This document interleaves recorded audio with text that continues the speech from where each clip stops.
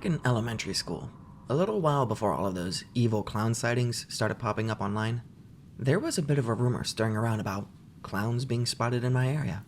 I live in Texas, so obviously, I'm only used to seeing ghosts and cowboys roaming around the streets.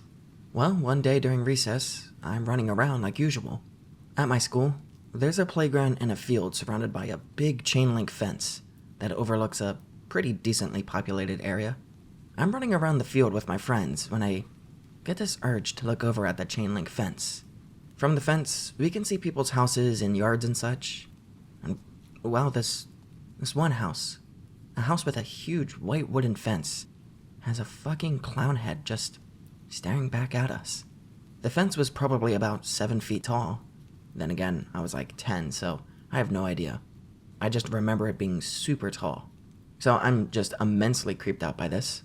The head is pointed straight towards the park. So I'm over here thinking it's some lunatic watching me. I remember the clown being gray and white with this big smile on it. But then again, it was a good distance away from me. The part that freaked me out the most, though, is that it stayed there for about 4 days. But every day, it would be a little bit taller. It was weird shit. After that, my school banned the talk of any clowns because we would not shut up about it. I don't think I actually told anyone about my personal experience. Maybe just a few kids, but it was weird. Now, I just think it was just some rando trying to scare us. But I feel like there's better things to do with your time than to scare 10-year-olds, but to each their own, I guess. I'm going to start this off by telling you the kind of person that my father is. He doesn't lie, and isn't one to exaggerate when telling a story about something that happened to him. If anyone else had told me this, I'd have been like, yeah, sure, but not my dad.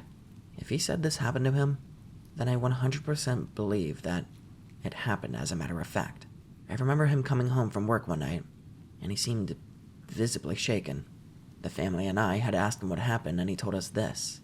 We lived on a back road in a fairly heavily forested area in western New York State. He was driving home, and it was quite dark out, probably 7 or 8 at night at this point. He said that he heard a woman's voice in his head very calmly say, "Jim, put your seatbelt on." He didn't even really think about it. Just like, yeah, probably should. Click. Seconds later, a deer runs out in front of the vehicle. He slams on the brake, stopping mere inches from hitting the animal, nearly kissing the front windshield in the process. If he hadn't put the seatbelt on, he was absolutely positive he would have been through the windshield. To this day, he swears that the voice he heard was that of his grandmother. I'm going to preface this. This is me speaking, not the story. The story's called Cat Killer, and I want to emphasize that there's actually no details about any animals being attacked or hurt. There's mention of the idea, but there's actually not any cats being abused. Otherwise, I would not read it. So, just want to let you know. Anyway, this was around 20 years ago in South Germany, west of Munich. We were a military family, NATO, so we moved between different European countries during my childhood. My family and I moved to this small town next to a big forest. Our house was one of the ones that was along the forest border. It was quite a lovely place, with plenty of greenery and friendly kids on the street. I still have fond memories of that place, but when we moved there was one huge problem people kept warning us about. Someone kept capturing, torturing, and killing house cats. We were warned about this as we owned a cat at the time. Many suspected it was an older man who lived on the opposite end of our street. He was very private and always kept to himself, and according to some of my friends, he would always glare at any cats that he saw. But there wasn't any proof against him, and so the killings continued. One day, I was playing in the woods with one of the neighborhood kids. We were having fun and running around when my friend suddenly heard something weird. She said it sounded like meowing. I didn't hear anything, but she insisted that she did hear something, albeit it was rather faint. According to her, it sounded like some painful horse yelping. We both got spooked, even though I still didn't hear it, and we were worried that maybe a cat had been caught in one of the cat killer traps. We both ran out of the forest and went straight to her home, out of breath, and trying to tell her mother what happened. Her older brother and father went to investigate, taking wire cutters with them, in hopes of saving at least one cat from a horrid fate. Meanwhile, my friend and I were told to stay in the living room, eat some snacks, and watch TV. After some time, though, my friend's brother returned out of breath and shaken. My friend asked if the cat was okay, but he ignored her as he started making a frantic phone call. The mother, obviously concerned, started to ask what was wrong. The brother cut her off mid-sentence and told her that I needed to go home, and he needed to call the police. The next thing I knew, I was picked up by my mom, and I had to go home with her. I wasn't allowed to go play outside for the next month. Every time I asked why I couldn't, I was either given an excuse, or I was just outright denied. Finally, after some time, our parents agreed we could play in the woods again, but only if we did so with all the other neighborhood kids and one adult supervisor. This worked well for a while. Soon this was relaxed further, and we were all allowed to wander freely and without issue. Weeks later, a different friend and I went exploring in the woods and stumbled across some police tape.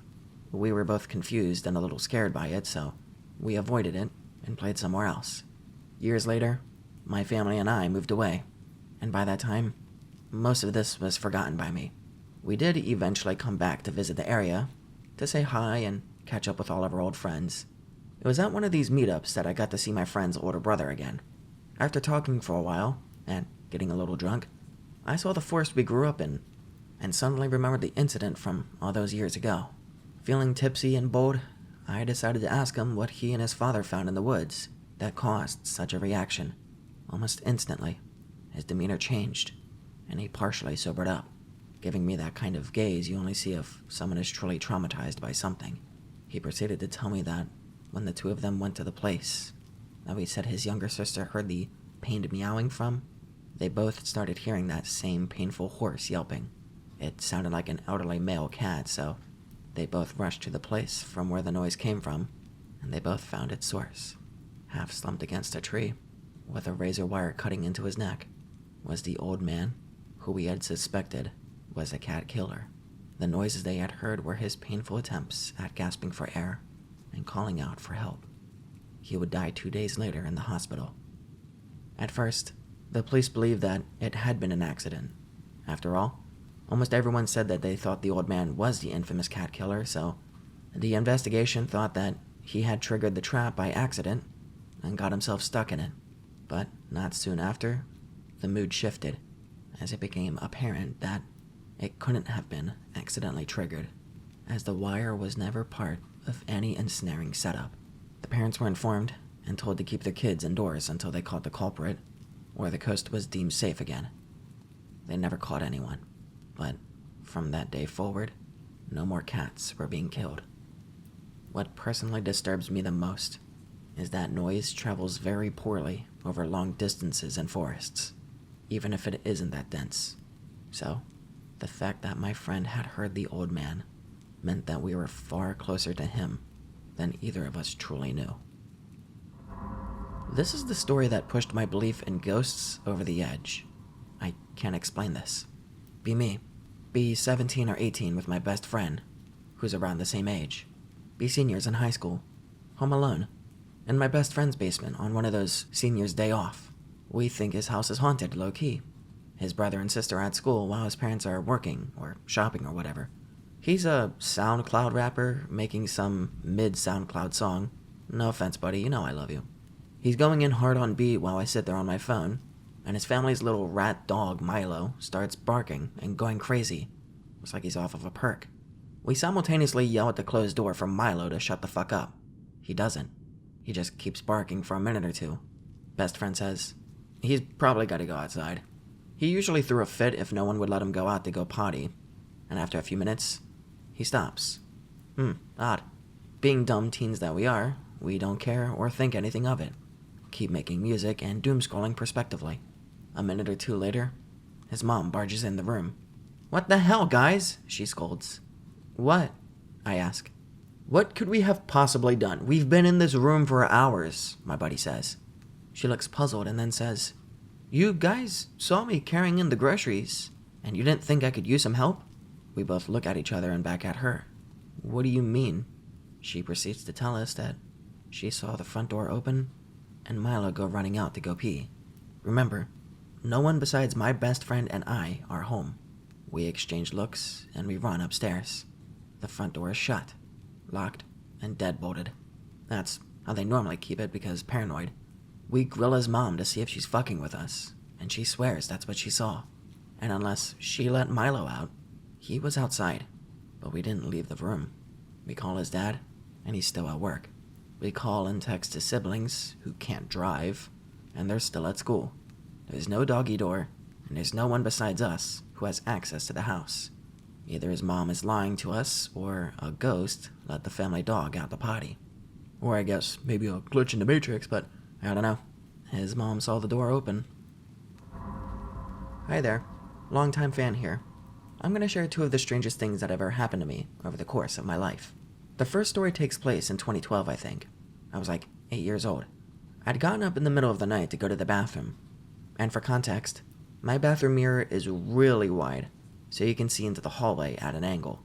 Anyways, so it was like 2 in the morning, and I was staring at myself in the mirror when this figure materializes out of thin air and starts almost skipping and galloping towards my brother's room, which was right across from mine. And then it vanished as it got to his doorway. If any of you have seen the Jim Carrey A Christmas Carol movie, it looked almost exactly like Jacob Marley from that movie. He looked old, seemed to have chains on his clothes, and had longish hair. The really important thing here is that I only saw him in the reflection of the mirror, not after I turned around or anything. To date, that's the only time I've ever seen anything like that.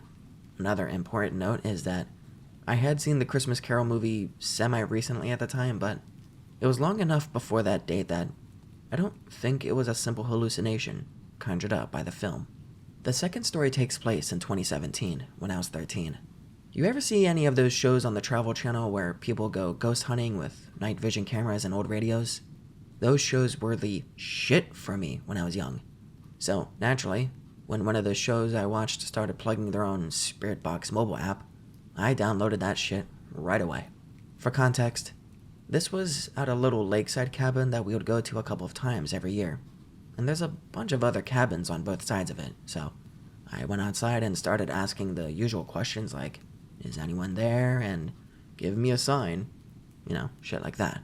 The most efficient kiln in the world would be jealous of the amount of bricks I shit out when I heard clear as day my phone voice out the word cabin as I'm standing right in front of one of those little dingy cabins in the middle of nowhere. Coincidence? Almost 100%, but an interesting thing of note is that when my family was building the place, they accidentally dug up an old Native American skeleton, presumably a woman that had gotten lost a couple hundred years ago and died of exposure to the elements. Anyways, those 2 stories are the only ones I can think of off the top of my head. I really hope to hear these narrated sometime. I got you. I want to share 2 incidences from my life. They aren't all that scary, but they both left me unsettled and had no seeming explanation. The first story is from a really long time ago, when me and my brother were kids. I remember one night just standing with him at our living room window. We weren't home alone, but we were alone in the room at that moment. Out of nowhere, we heard a familiar voice call out both of our names. Not in a loud yelling way, but still loud enough that both of us heard it, although it was in a kind, gentle tone. It very clearly sounded like it was from outside. Anon's brother. We looked at each other, then back out, then back at each other in an almost comical way. But we both silently agreed that, yeah, I heard it too. Why it was so strange was because the voice was, unmistakably, our aunt's, who lived in a different country, so there was no chance of a surprising visit. Also, there was nobody outside that we could see anyway. And then, it happened again. We freaked out and got out of that damn room. There was this urban legend type shit going around in the kids in our neighborhood at the time, of this ghost or entity who calls out people's names to lure them towards her, or it. But we always had thought that was fake as shit, but I don't know. Our aunt is alive and well, by the way. We still talked about it randomly over the years, which cemented for the both of us that, yeah, this really happened, but still, no explanation, and it never happened again. My second story is something I experienced alone. Well, at least the majority of it. I was up late studying for my 10th grade finals, alone in the living room of our apartment. It was on the 4th floor, which was also the last. This apartment was not the same from my previous story. At the time, The apartment we lived in was at the ground floor. The terrace was right above our ceiling. Our building, or particularly the terrace of our building, had a reputation for being somewhat off. From what I remember, there were talks about people messing with a Ouija board there from many years ago. There are participants of which were very much alive, but some or the other tragedy had befallen each of them, or their families, and all the kids preferred not to hang out on this terrace, even in the day. Anyway, back to my night of studying. I began hearing what sounded like slow but steady thumps from above. It was not an unfamiliar sound, though. It was clearly the sound of a hammer of some kind. Why it didn't strike me as odd immediately was because I had been hearing it during the day. There was some repair work going on up there, and it had been going on for a couple of days. The people working on it would leave around 5 or 6 p.m. and come back the next morning. And when I remembered this, I realized it was now about 2 a.m. Honestly, I really needed to get the studying done, so I just went back to my textbooks, doing my best to just ignore it, even though I was obviously a bit afraid, occasionally looking up from my book to my window, expecting some jump scare, but it never happened. The sound continued even 20 minutes later, and, almost out of annoyance rather than fear, I went to wake my dad up and fetch him there. I was hoping it would stop immediately on him getting there, and I would be the boy who cried wolf or whatever, the way it plays out in many paranormal stories. So I bring my grumpy dad out and plainly tell him what was going on. We both stay silent for a bit. Thump, thump, thump. It hasn't stopped. I give him a look that's like, "See?" and wait for what he has to say. I don't know if he was just that tired, but the man just straight up tells me, "Okay, yeah, but just, go back to studying. Ignore it, okay?" And he goes back to sleep. Thanks, Dad. That was the plan. I don't have that itch in me to go investigating and play protagonist anyway, so I kept studying all night. The sound stopped at dawn, and I was too focused on revision to remember the exact time of that. It never happened again. Did great on the exam, too. I'm just gonna jump right into this. So, it's 2018. I'm playing Fortnite like any other person at the time, when I get the sudden urge to go pee. I'm on the second floor, so the bathroom is next to the stairs. And by the stairs is a big-ass window. It's about 1 a.m. Everybody in the house is asleep, and I open the door to the room. I was looking at that big window, and I saw a black figure, which is weird, no less. But I thought it was just my eyes playing tricks on me because I just spent the last 6 hours looking at a TV screen, trying to crank some 90s on some kids. But as I kept looking at the figure below, my eyes kept trying to adjust, and my body kept walking to the window to get a better view of this black figure. I got closer to the window, and I can see the shape of the black figure getting more detailed. I could tell it was a person. The guy was not facing the house I was in at the time, but facing down the street, where there was an intersection. I got a little spooked, but the urge to pee was still in me, so as I finished up in the bathroom, I returned to the window, and there was the guy. I could tell you he had his hands in his pockets, and just kept looking in the same direction he was before I went to use the bathroom.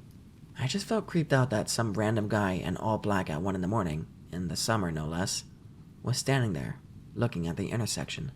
I stayed for another 30 seconds, which felt like a lifetime. I just kept hearing my heartbeat race faster and faster because of how weird the situation was. And, what felt like the speed of light, the guy looked in my direction. I jumped back so he couldn't see me through the window. The guy was looking around my general direction, at the houses next to me, and at mine. I couldn't see the guy's face, though. He had the hoodie over, like over his face, and I kept looking at him, but from around the corner of the window, and I shit you not, he looked up at the window. My body said hell no, and I just rushed to the room I was staying in, and I looked through the window, facing the same direction where the guy was, and just like magic, he was gone. I know it's not one of the scariest stories you guys have already read, but it's terrifying to me. I'm on the fence when it comes to the supernatural, and I really consider myself an agnostic, but I don't know how to explain these two instances. The first happened this summer that I was 8. I was staying at a friend's mountain cabin in the Appalachians, and I got up at dawn because I was thirsty.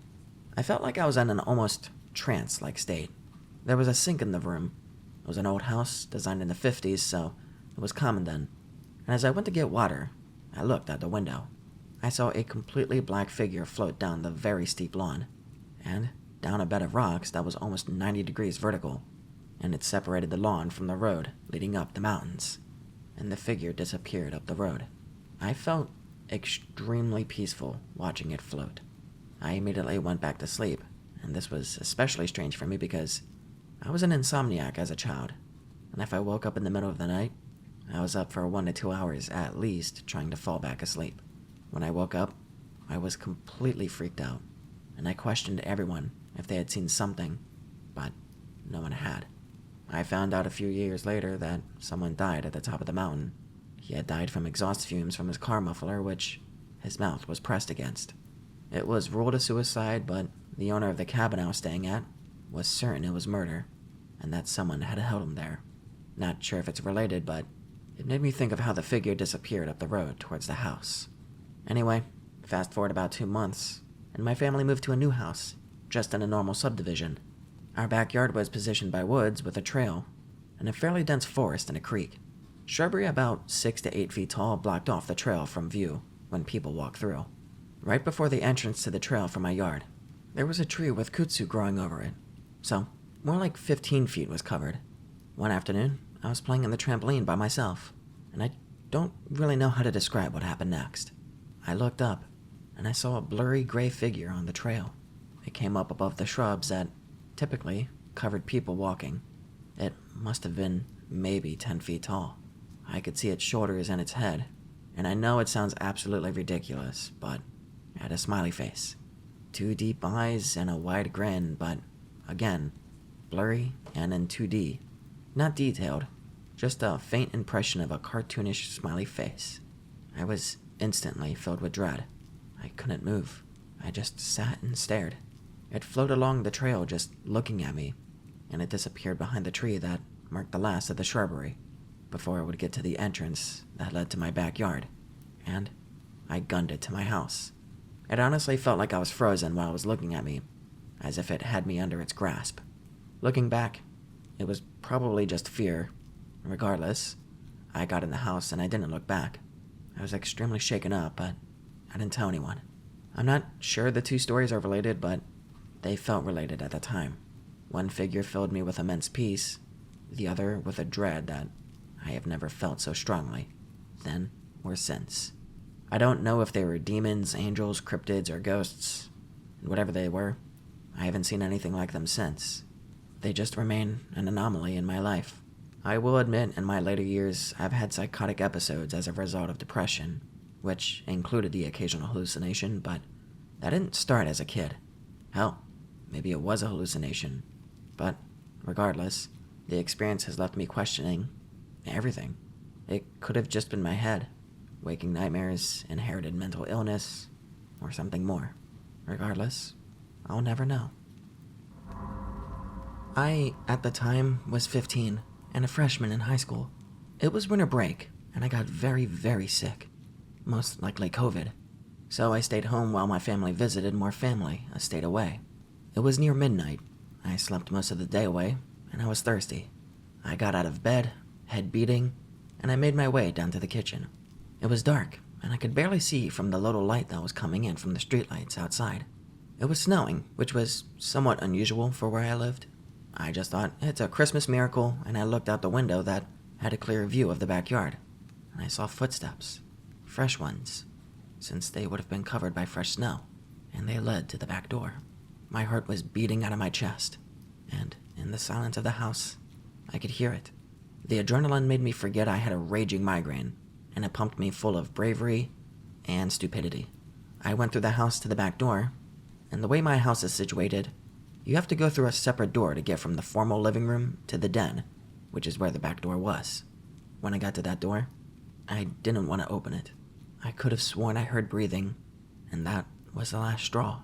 I noped out of there. I grabbed a knife from the kitchen and I locked myself in my room till morning. Around 5-ish, as the sun came up, I checked the house and the den, and not a single trace of anyone. Even the tracks outside were covered by fresh snow, and that was it.